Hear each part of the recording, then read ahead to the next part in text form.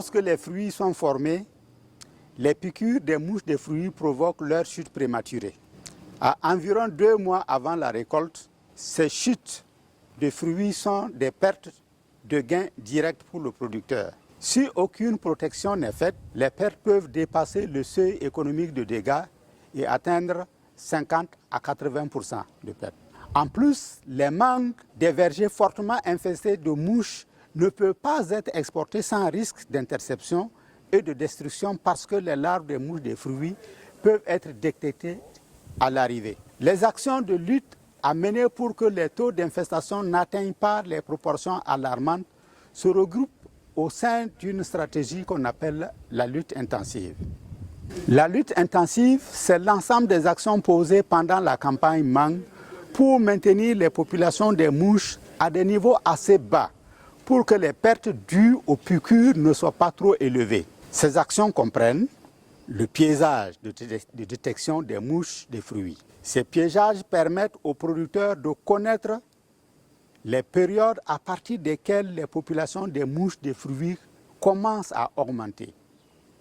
Connaissant ces périodes et en fonction de l'état physiologique des mangues, ils peuvent prendre la décision d'utiliser le piégeage de masse ou technique d'annihilation des mâles en augmentant le nombre de pièges par hectare. Ils peuvent décider de faire les traitements avec les appâts alimentaires. Diverses préparations comprenant un appât alimentaire associé avec un insecticide existent dans le commerce.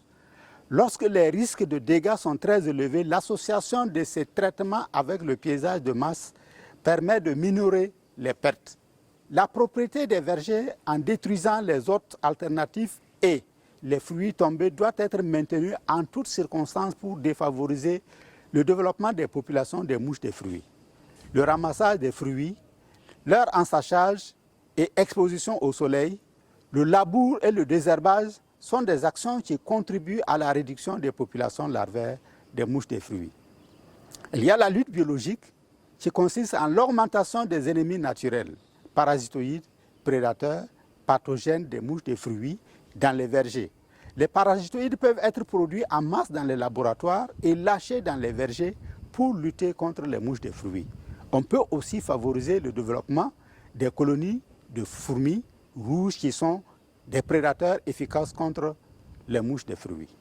La lutte intensive permet de maintenir la pression des populations des mouches des fruits en deçà du seuil économique des dégâts dans les vergers.